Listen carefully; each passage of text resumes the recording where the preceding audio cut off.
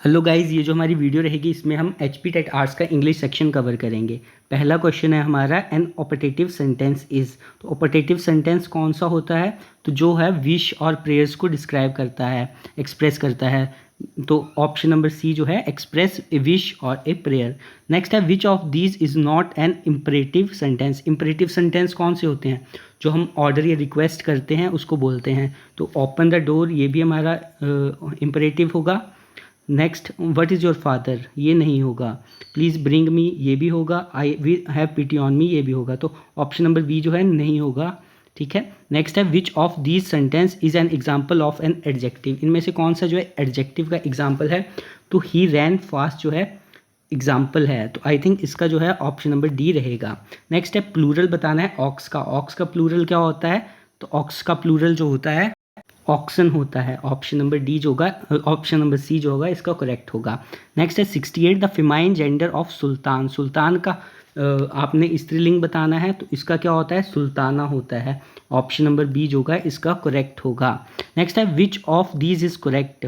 He is wiser than me, he is wiser to me, he is wiser than I, none of these. तो I think इसका जो है option number C होगा, he is wiser than I. Next है, intransitive verb जो है उसमें क्या होता है? No objective has an objective after it to complete the sentence, helping verb, none of these. तो 70 जो है हमारा इसका ऑप्शन नंबर ए होगा, कोई भी ऑब्जेक्टिव नहीं होता है। ठीक है। ऑक्सिलरी वर्ब्स क्या होते हैं? ऑप्शन पहला है ट्रांजिटिव वर्ब्स होते हैं, हेल्पिंग वर्ब्स होते हैं, इंट्रांजिटिव वर्ब्स होते हैं, लिंकिंग वर्ब्स होते हैं। तो जो हमारे ऑक्सिलरी वर्ब्स होते हैं इनको हम हेल्पिंग वर्ब्स भी कहते हैं। नेक्स्ट है, which of following is not correct? He does not fly A kite, वह पतंग नहीं उड़ाता है, ये सही है। You does not play A match, तुम मैच नहीं खेलते हो। तो यू के साथ आपको पता है डू आता है, तो ये नहीं होगा। डज के साथ ही, ये भी सही है। I do not like you, ये भी सही है। तो कौन सा करेक्ट नहीं है? तो ऑप्शन नंबर बी जो है इसका ऑप्शन। नेक्स्ट है, select the correct one. Correct बताना है आपने। He has been singing since 2 hours। तो सिंस जो है वो जो है जब टाइम हमें फिक्स हो कब से हो रहा है तो आता है। तो यहाँ पे 4 आना था, ये नहीं होगा। नेक्स्ट है, he has been playing the game for 1980। तो ये 1980 से खेल रहा है, तो सिंस 1980 होता, तो ये भी नहीं होता। My brother has not been reading since many days. तो यहाँ पे फॉर मैनी डेज आएगा आई थिंक। तो इसका जो है नन ऑफ दीज होगा, ऑप्शन नंबर डी। नेक्स्ट है, complete the sentence. It dash rain today. तो संभावना है तो इट माइट रेन टुडे हो सकता है, तो माइट नहीं है तो क्या होगा? Shall would may could. तो I think it may rain today. Next है, गैर्यून जो है is a form of a verb which often take the place of. Gerund जो है एक वर्ब की फॉर्म होती है, वो किस चीज़ की जो है प्लेस ले लेती है? तो जो गैर्यून्ड है वो वर्ब की प्लेस ले लेती है। तो 75 का जो है ऑप्शन नंबर बी होगा। नेक्स्ट है, एक preposition is a word placed before dash to show its relation with someone else. तो एक जो प्रेपोजिशन है, एक वर्ड है जो किसके पीछे लगता है? तो ये किसके पीछे लगता है? तो हमारा जो है नाउन या प्रोनाउन के पीछे लगता है।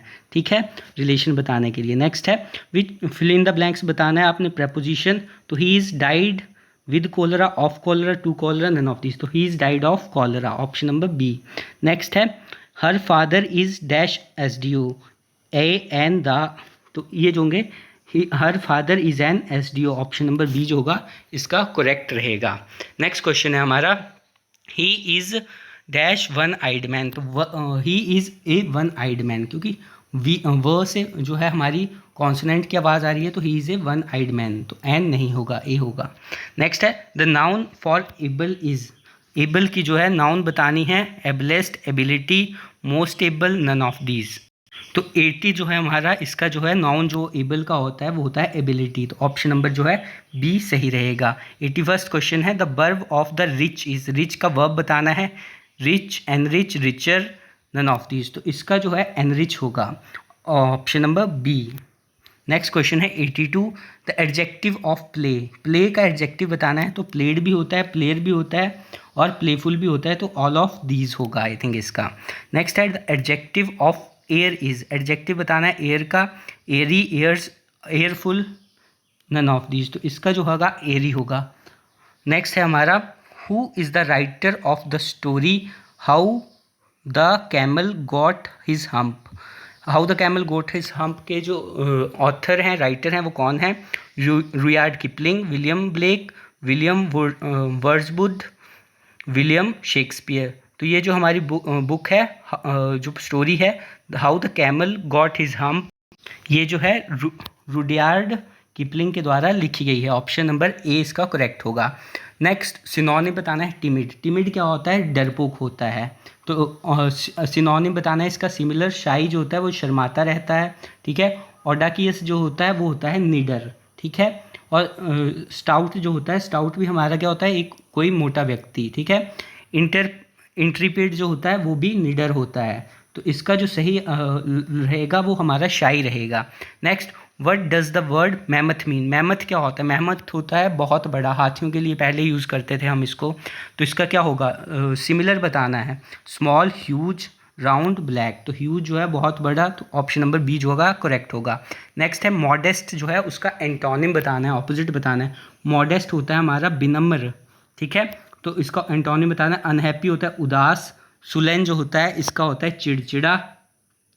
कंसाइटेड जो होता है हमारा, ये होता है घमंडी। और ग्लम जो होता है वो भी उदास होता है। तो जो मॉडेस्ट होता है विनम्र होता है, जो मतलब सभी की बात सुनता है। और कंसाइटेड जो होगा वो हमारा घमंडी। ऑप्शन नंबर सी जो होगा इसका एंटोनिम होगा। नेक्स्ट है स्पेलिंग बतानी है एटिक्वेट की। तो एटिक्वेट हमारे शिष्टाचार होते हैं और इसकी स्पेलिंग क्या होती है? तो इसकी स्पेलिंग जो होती है हमारी ETIQUETTE। ऑप्शन नंबर ए इसका करेक्ट होगा। Next, choose the correct spelling word. Spelling बतानी है करेक्ट।